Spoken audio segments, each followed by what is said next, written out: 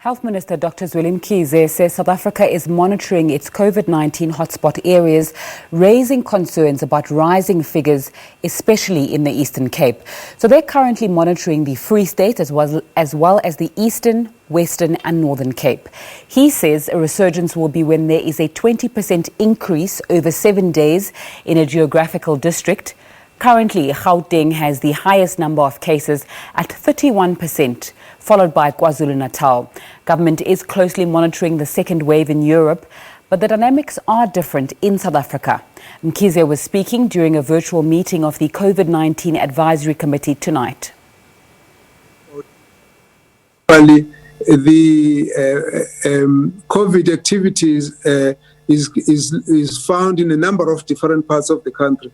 If you look at everything that looks dark red, you will notice that it's found in the Eastern Cape, but also some in the Free State and some in Limpopo, Northwest, and so on. So the whole country, we're doing a monitoring to see where activities are.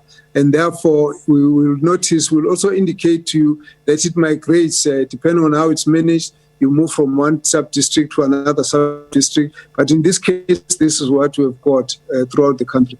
And so it's spread right across. So Pito, Western Cape, Ndlambe, Eastern Cape, and a number of them are in the Eastern Cape, of course, Limpopo. This is just to indicate that the distribution is quite wide, but there is quite a focus on the Western Cape. So when we talk about resurgence, we're looking at 20% of the increase in the average incidence of COVID cases. So we look at 7 days, and if we see a 20% increase, then we start thinking that, look, this is now a resurgence.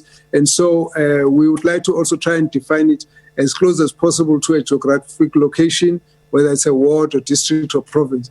Now, we look at various indicators, testing rates, how many, what's the testing rate. We had come from about 27%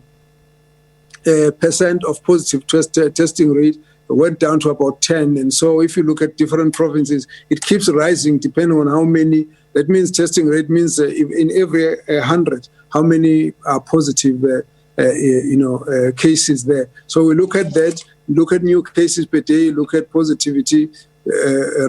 Testing rate is more about how many patients how many tests do we do, and positive rate is how many people of the tests that are positive, how many are actually positive.